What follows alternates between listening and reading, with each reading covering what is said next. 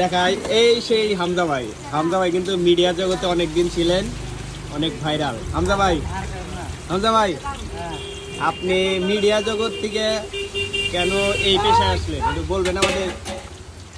ভাই মিডিয়া জগতে মনে করেন কুত্তায় খাইছে মানে কিভাবে? মনে আমি করেন বুঝলাম না।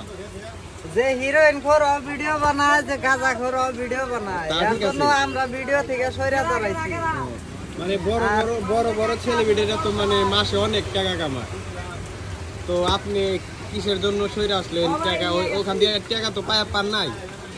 টাকা তো ভাই দুইবার উঠাইছি, দুইবার উঠাইছেন না? কিন্তু আসল কথা এখন বর্তমানে সবারই তো লোভ লালসা বেশি, না, নিজেদের আমি মধ্যে আর মিল রাখাটা আমি কিন্তু কঠিন। আর একটা জিনিস শুনলাম, আপনি কিন্তু আপনি শিল্পী অনেক ভালো, আপনি বলে গান পারেন, যেহেতু একটা গানের টান দেন। না না না না ভাই, একটা গানের টান দেন, একটা গানের টান দেন ভাই, ছোট্ট করে ভাই। কাছের মানুষ দূরে থুইয়া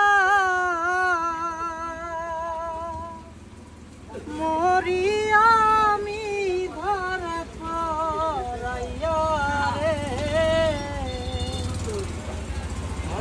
তো আমরা ভাই, আপনার কণ্ঠটা অনেক সুন্দর, আপনার যদি গানে চান্স দেওয়া হয় শিল্পী হিসাবে, আপনি কি গান করতে চান?